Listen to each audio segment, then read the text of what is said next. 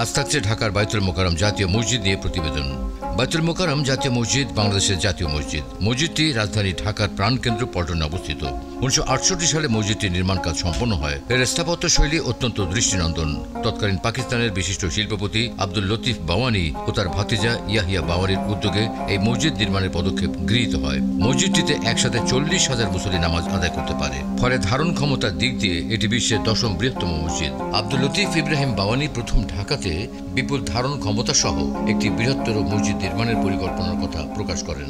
1959 সালে বায়তুল মোকাররম মসজিদ সোসাইটি গঠনের মাধ্যমে এই পরিকল্পনা বাস্তবায়নের উদ্যোগ নেওয়া হয়। পুরানো ঢাকা ও নতুন ঢাকার মিলনস্থলে মসজিদটির জন্য 8.30 একর জায়গা অধিগ্রহণ করা হয়। সেই সময় মসজিদের অবস্থানে একটি বড় পুকুর ছিল, যা পল্টন পুকুর নামে পরিচিত ছিল। পরে পুকুরটি ভরাট করে 1960 সালে পাকিস্তান রাষ্ট্রপতি আইয়ুব খান মসজিদের কাজের উদ্বোধন করেন। আর সিন্ধুর বিশিষ্ট স্থপতি আব্দুল হোসেন থারিয়ানিকে মসজিদ কমপ্লেক্সটির নকশার জন্য নিযুক্ত করা হয়। 1963 সালে 25 জানুয়ারি শুক্রবার জুমার নামাজ আদায়ের মাধ্যমে মসজিদটির আনুষ্ঠানিক যাত্রা শুরু হয়।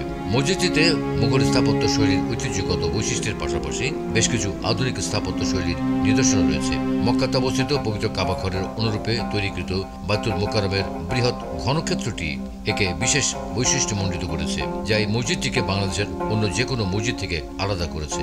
মসজিদের প্রধান ভবনটি 8 তলা এবং মাটি থেকে 30.18 মিটার বা 99 ফুট উঁচু।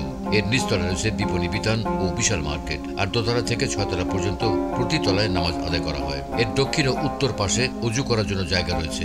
উত্তর ও দক্ষিণ দিকে মসজিদে প্রবেশ করার বারান্দার উপরে দুটি ছোট গম্বুজ নির্মাণের মাধ্যমে প্রধান ভবনের উপর গম্বুজ না থাকার অভাবকে ঘোচানো হয়েছে। মসজিদের দুটি উন্মুক্ত অঙ্গন, ছাদহীন ভিতরের আঙিনা প্রধান নামাজ কক্ষে আলো ও বাতাসের চলাচলকে নিয়ন্ত্রণ করে। 3 দিকে বারান্দা দ্বারা ঘেরা প্রধান নামাজ কক্ষের মেহরাবটির আকৃতি আয়তাকার, যার আয়তন 2463.51 বর্গ মিটার। সমগ্র মসজিদ জুড়েই অলঙ্করণের আধিক্যকে এড়িয়ে যাওয়া হয়েছে। 1975 সালের 28 মার্চ থেকে ইসলামিক ফাউন্ডেশন বাংলাদেশ এই মসজিদের রক্ষণাবেক্ষণ করে আসছে। 2008 সালে সৌদি সরকারের অর্থায়নে মসজিদটি সম্প্রসারিত করা হয়।